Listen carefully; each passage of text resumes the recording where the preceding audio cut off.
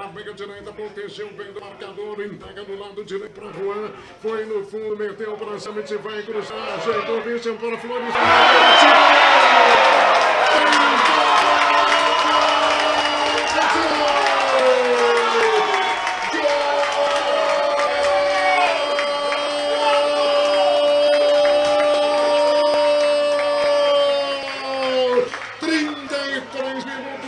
Digital, conosco Rezer Seguros, cuidado e proteção para tudo. Parado, Natan meteu em curva, se atrapalhou.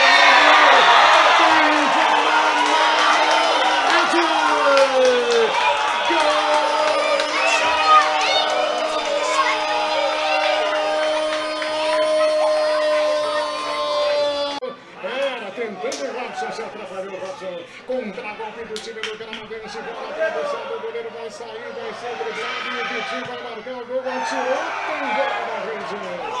Gol! Passa a divisória, ergue a cabeça, vai jogar a bola lá na canhota. Tentativa sendo feita com o Robson, preparou o cruzamento para o Peter. Tá chegando a zaga na indecisão para Peter. Atirou!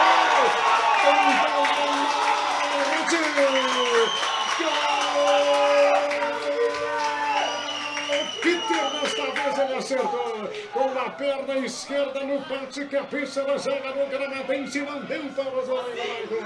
45 minutos e para outra fase. É uma pena, mas o Guarani deixa alguns ensinamentos importantes. Olha a bola do Juan, o goleiro vai sair.